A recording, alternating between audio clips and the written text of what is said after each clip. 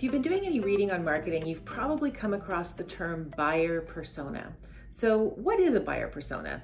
It's essentially a fictional representation of the members of your target audience. So a typical brand will generally have 3 to 5, maybe 6, but you really don't want to go crazy on the number of buyer personas you create because you want your message to be targeted.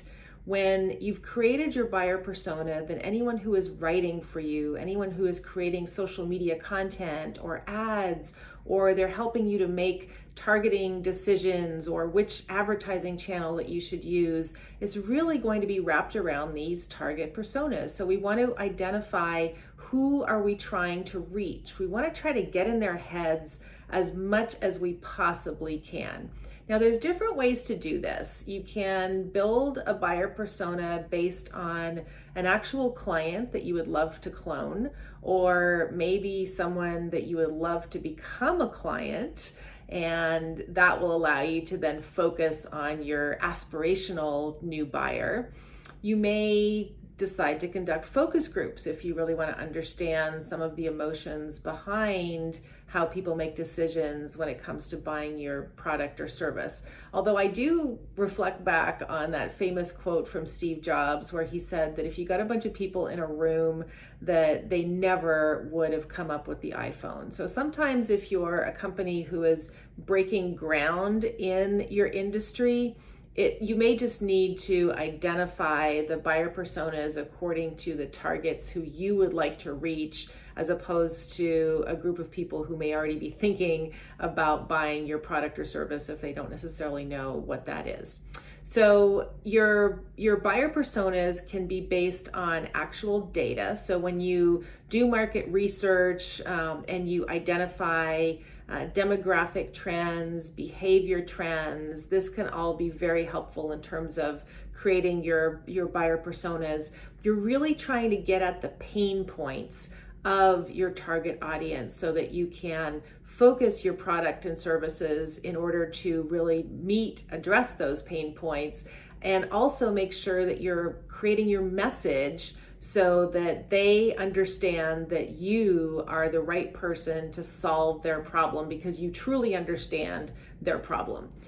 You can have fun with the persona. So this is something that you will refer to in your meetings. Will Sally like this service that we're thinking of?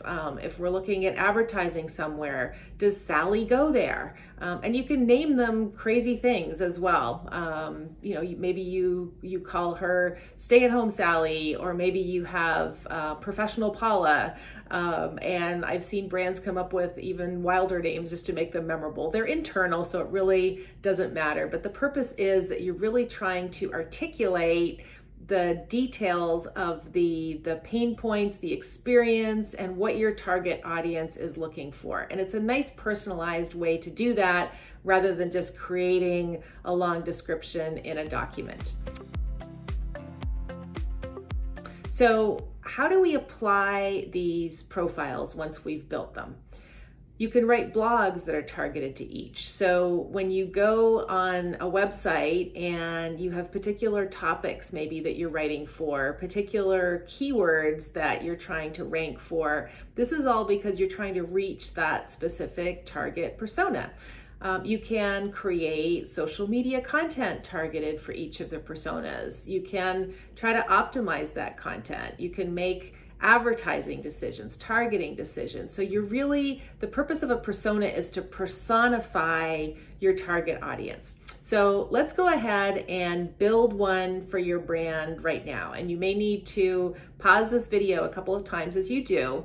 There's a downloadable PDF available in this segment that gives you an example of a buyer persona.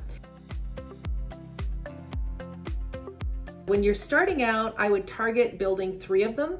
If you need to add on more because there is a really good business reason to target other specific audiences, then by all means do so.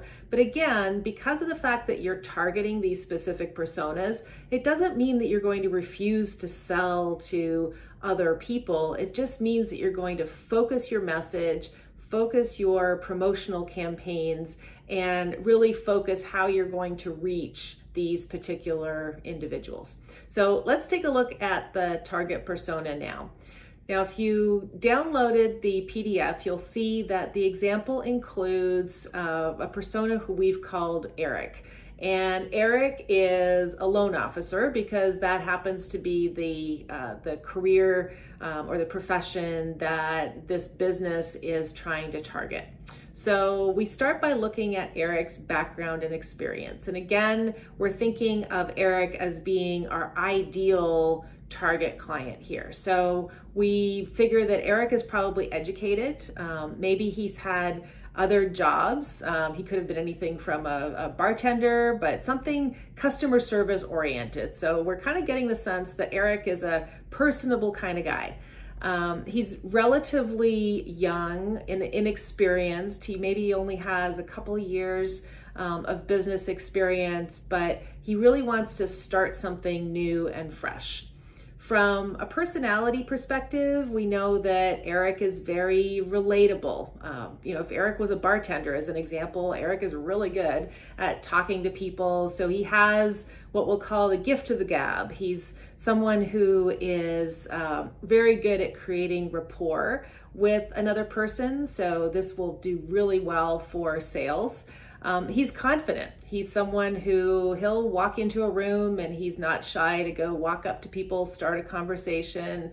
He sounds good on the phone. He's high energy. And Eric is a team player. He's somebody who likes to work and collaborate with other people. So Eric is kind of an extrovert as we're describing his personality. Some of the challenges and the goals that Eric might face is that he's concerned about, as a loan officer, having multiple back office tools. He needs help understanding some more about the loan originations process. Again, Eric is fairly new, so he hasn't been at this for a while, and he just needs help trying to piece everything together as a process. What are some of the common objections that we might hear from Eric when it comes to working with this specific brand? So as you're creating these personas, think about your business, and if you're trying to make a pitch to a target client, what are some of the reasons they might use for saying no? Because as we think about these reasons, we can already go ahead and proactively address them. Now, one trick, if you're not sure about how to build the common objections, because maybe it's a brand new business and you haven't tried to sell it yet, look online at what other businesses who do something similar to you are selling and take a look at their reviews and look at the negative reviews. Look at some of the bad things that people are saying. Now, some of them might be specific to the company. Maybe, Mary Jane wasn't very nice to me, but others, you'll start to get a sense of where the gaps are in their processes, where some of the problems are with what other people are doing, what other businesses are doing. Go onto Reddit and look at subreddits for specific areas of your industry and look at those conversations, read through what people are saying, read what they're complaining about, read what they're confused about.